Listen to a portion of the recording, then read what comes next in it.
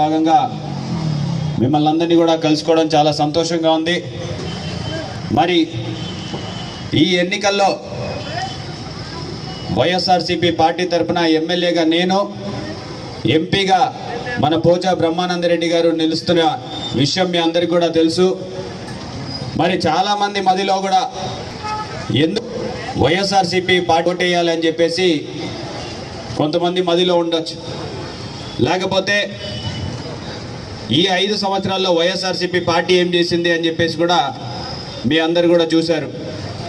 మరి గత 5 సంవత్సరాలలో మన వైఎస్ఆర్ కాంగ్రెస్ పార్టీ ఏర్పాటు కాకముందు మీ అందరి దగ్గరికి వచ్చి అందరినీ కూడా ఓట్లు అడిగేటప్పుడు ఒకటే చెప్పాం, మా మేనిఫెస్టో అంటే ఎలక్షన్లు అప్పుడు ఇచ్చే వాగ్దానాలు, మా వాగ్దానాల్ని నమ్మండి, మేము అధికారంలోకి వస్తే మేము ఇవన్నీ కూడా చేసి చూపిస్తామని చెప్పేసి ఆ రోజు జగనన్న గారు మాట ఇచ్చారు.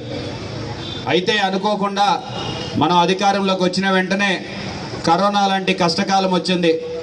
కరోనా లాంటి కష్టకాలంలో ఎన్నో వందల వేల కోట్ల రూపాయలు ప్రభుత్వం కరోనా మీద ఖర్చు పెట్టాల్సి వచ్చింది.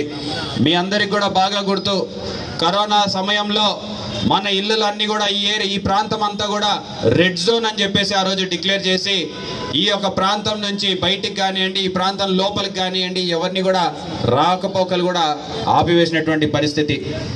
మరి అటువంటి కష్టమైన సమయంలో మీకు ఆ రోజు వైఎస్ఆర్ కాంగ్రెస్ పార్టీ తరఫున ముఖ్యమంత్రి గారు పైనుంచి చూసుకుంటగా నంద్యాలలో ఉండి మేము కావచ్చు, మా పార్టీ నాయకులు కావచ్చు, మా పార్టీ కార్యకర్తలు కావచ్చు, ఆ రోజు కరోనా సమయంలో ప్రజల కోసం ఎంత తాపత్రయపడ్డారో, ప్రజల కోసం ఎంత సేవ చేశారో ఒక్కసారి ఆలోచించమని చెప్పేసి కోరుతున్నా. మరి కరోనాలో